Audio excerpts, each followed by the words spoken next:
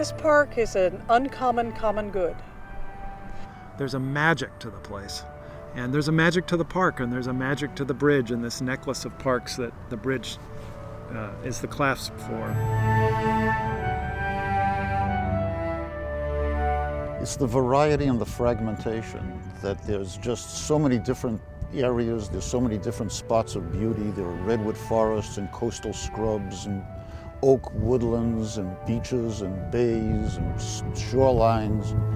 And somehow to find a park that can encompass all that fragmentation is a challenge, and it's a miracle. Well, these parks belong to all the people, and our goal really is to have young people understand the importance of the national parks. And what a uniquely American idea this is to preserve this land for all people. And the innovation, the sense of courage, that sense of vision is just so extraordinary that we ought to build monuments and just bow in gratitude to the people that created this.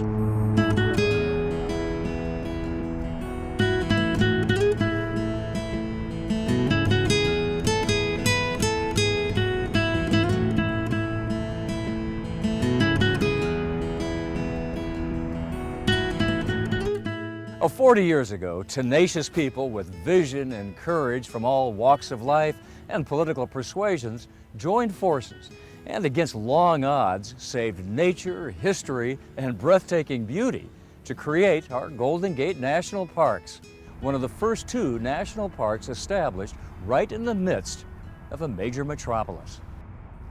This park then was a bold experiment and now enriches the lives of millions of people of all ages, races, and ethnicities every year. Though all of those who have given us this treasured gift of a park for people deserve recognition, we remember here a few of the principal founders and builders and celebrate the next generation of diverse young leaders who are emerging in places such as the Crissy Field Center and will guide the park and our nation in the years ahead.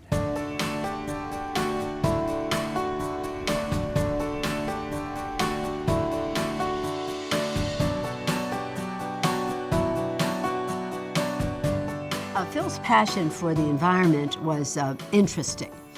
It wasn't, shall we say, he wasn't a hiker or a trekker.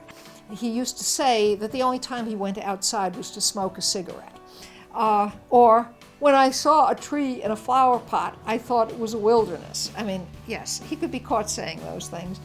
And Phil Burton came to this park as someone who believed in the fundamental democracy of an urban national park and saw that a park like this could serve people of all economic backgrounds and races and ages that traditional parks couldn't.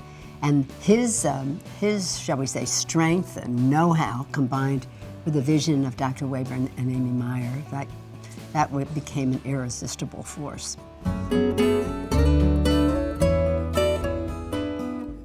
This park would not have the shape it has, the amount of land it has, would not really encompass the whole dream that was possible if it wasn't for what he brought to this situation.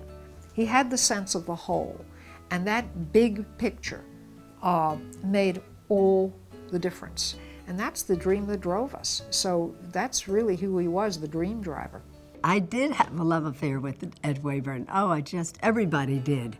And he made us all feel as if we were the one. And he thought with a vision. He thought in a big way. It was about big ideas. Phil executed, Dr. Wayburn conceived. He had the idea, and Amy was his partner.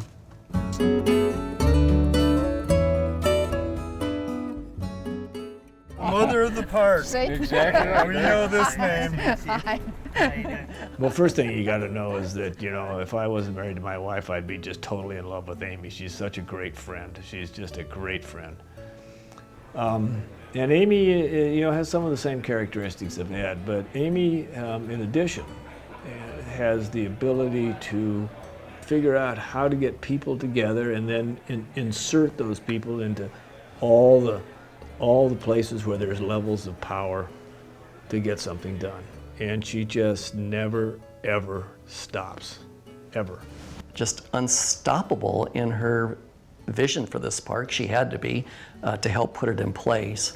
And ever since she got that taste of grassroots action in the People for a Golden Gate National Recreation Area, she has never lost her instincts, her capacity, her tenacity, and her ability to bring grassroots activity to the betterment of this park.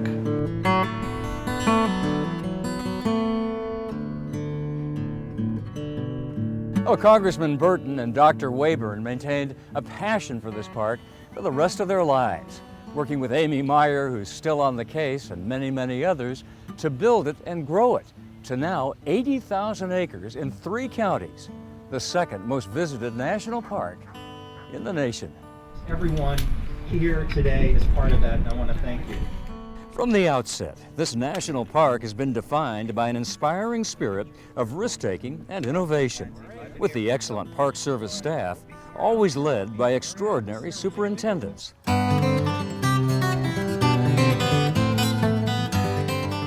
Were we lucky? We got the most incredible first superintendent. Here was Bill Whalen, a man in his mid-30s, really his early 30s, came here because we asked for a superintendent who would somehow be able to take charge of this very different park. And he came in bursting with ideas. Well, Golden Gate, at the very first moment that it opened its doors, opened them in a different way. The superintendent, the first superintendent, Bill Whalen, came from a career with more urban experience than natural park experience. He had come from Yosemite, but he believed in coming to Golden Gate that being in this urban setting required a different way of doing business, and he set up his team and his staff to fulfill that belief.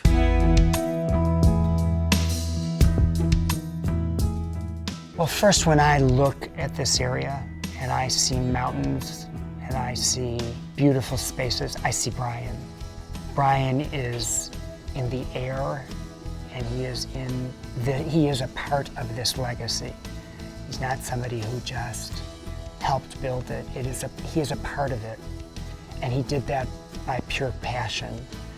This is a joyful, visionary, mischievous, spirited, cajoler, convincer, just extraordinary man. You know, Brian was a one-of-a-kind person and a one-of-a-kind leader. You know, there aren't many Brian O'Neills to go around, or this country would be in a much better place, probably. Well, today is a time for reflection, for celebration, and importantly, giving thanks.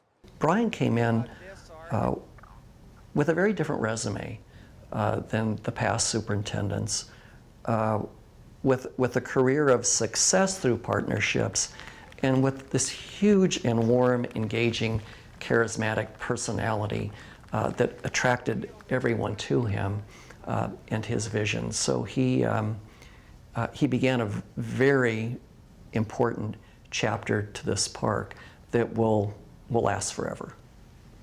Well, Bill Whalen, Brian O'Neill, and their colleagues needed to find unconventional partners to make this unprecedented park the big success it's become. And they've engaged many over the past 40 years, but none more important than the park's primary nonprofit partner, the Golden Gate National Parks Conservancy. Since its founding 31 years ago, the Conservancy has raised more than $250 million to enhance the park in many ways, and currently has 50,000 members and volunteers actively lending a hand. From its very beginning, the Conservancy has been guided by its executive director, Greg Moore.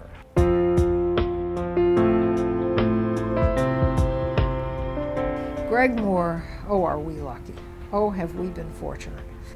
His whole view of what this park could be, and his pulling together the kind of strength in his board and his staff to make this park, you know, a very special place, to make it really be as fully realized as anybody could hope for, has come about because of the kind of warmth and generosity of spirit that he has. In his own way, Greg Moore is as gifted a man as I've ever worked with in my life. Like Brian, completely passionate about the parks, respectful about the parks, respectful about the people who use the parks. I've worked with him now 25 years, very closely, through lots of challenges in maintaining and growing these parks and what they can mean for people. And he's just an extraordinary leader. Our Golden Gate National Parks have always benefited from the support of wise and effective elected officials to secure, strengthen, and expand this park for people. For the past 25 years, energetic, unflagging, and indispensable leadership has been provided by one member of Congress in particular, the political successor to Phil Burton's founding legacy, Nancy Pelosi.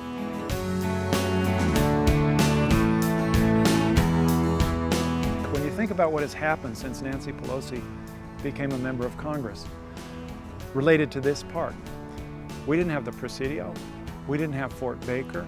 I mean, they were all in the boundary, but they were still military bases. And clearly no idea about how the Presidio would be managed in the future. Now look at it. I'd say Nancy's relationship with my father was one of deep admiration, respect, and affection. And my father's feeling for her was, you go get him, girl. Without Nancy, this park would never, ever have been realized the way it has been. Hi guys, how are you? I think she absolutely delights in the fact that many generations are here.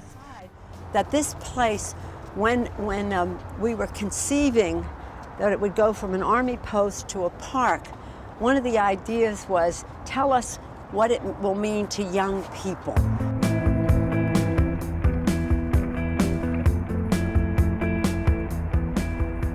It's not only beautiful and spectacular in terms of the natural landscape, but for me, it is a fabulous place of learning. It's inspiring. It can inspire students and adults and teachers to learn more and to go further. In many ways, I think it unleashes a kind of human potential. So my interest and my passion for the work is really, where's the next Amy Meyer? She's a 15-year-old out there somewhere, hopefully in the Mission District or in Bayview, who understands the importance of what Amy's done to bring this to all people in the Bay Area and wants to continue that legacy. So we need that next group of citizen activists who are right now teenagers in the Bay Area to understand Ed Wayburn, Amy Meyer, and the work of the national parks here at the Golden Gate. He wanted to build a housing development, and he was going to call it Marincello. Fortunately, future leaders truly are coming of age here in the creative and acclaimed programs of the Crissy Field Center and throughout the park. The founders and builders of our Golden Gate National Parks have successfully established a living legacy, a park for all the people, for all time. And their torch is being passed seamlessly now to a new, diverse, and enthusiastic generation, which cares deeply for this park and what it symbolizes. This was the main entrance to Marincello, so when you would drive in, yeah, there's definitely like a big passion in the park to keep it going on, to keep having new people come in, to reach out to new communities, to reach out to new people from everywhere, and have them feel a part of it, be part of that ownership of the park, be part of that family that can be built here. Biggest legacy for the park is that it's been able throughout the years to pick up people like myself, pick up people like Chris to be here and to keep it going on, so that we can have future us's.